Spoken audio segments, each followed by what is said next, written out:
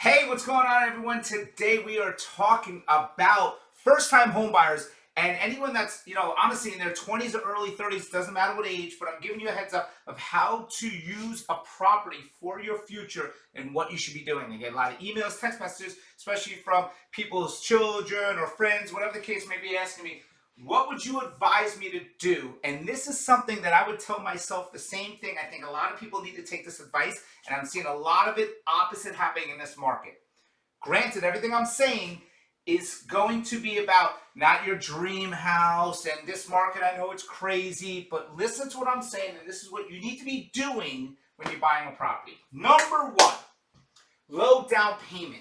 You should be buying a property knowing that you can put the lowest amount down on that property and being able to afford it. Don't be trying to put down 10 or 20% to get your payments lower. This is why I put $27.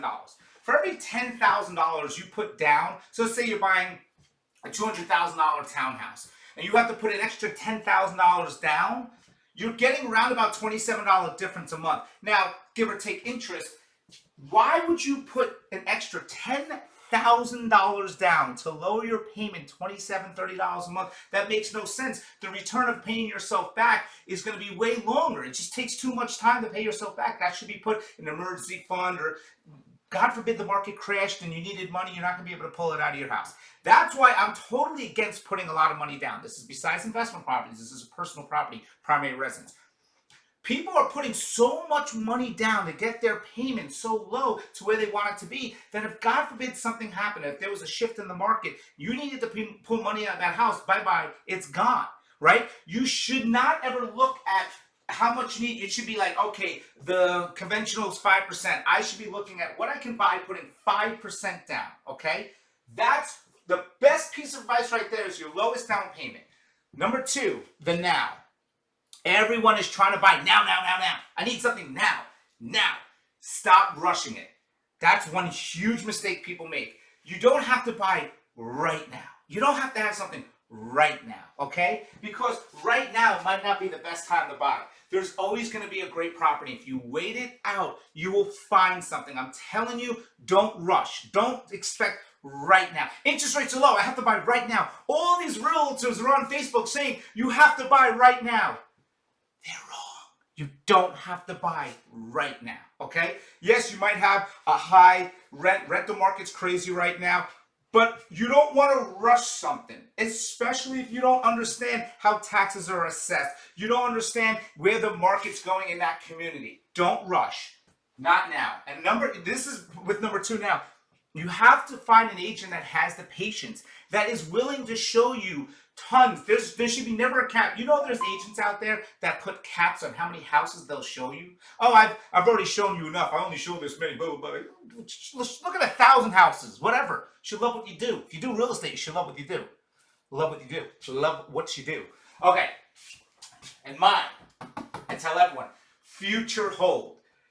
The property that you buy, right? If you're young, especially if you don't have kids, or if your kids are young, buy something that needs work. Buy something that's not astronomical, because that's your retirement fund. That's your kid's college education. That should be an investment property. Never buy a piece of property that you have to sell, unless you're making a lot of money, that you have to sell to buy something else. Buy a piece of property, hold it, rent it out, bam, buy the next one. Do it again. This is why real estate makes people successful and makes people very wealthy. They understand the investments. They're not living in a house to be all bougie and blah, blah, blah, and overpay.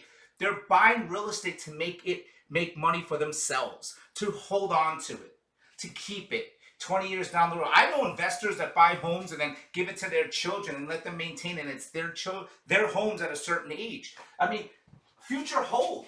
I'm going to show you a quick math problem here with real estate. If you own a piece of property right now, and it's worth $200,000, okay? And you owe $100,000, right? Besides the closing costs and everything. Wow, I'm making $100,000 if I sell right now. It's the highest it's ever been worth. Everyone's telling me to sell it. The market's hot. It's $200,000. Cool, you made $100,000. You hold on to it. You rent it out. You get the renter to rent it, right? Maybe you have to put an extra $10,000 into it, right? Now, guess what?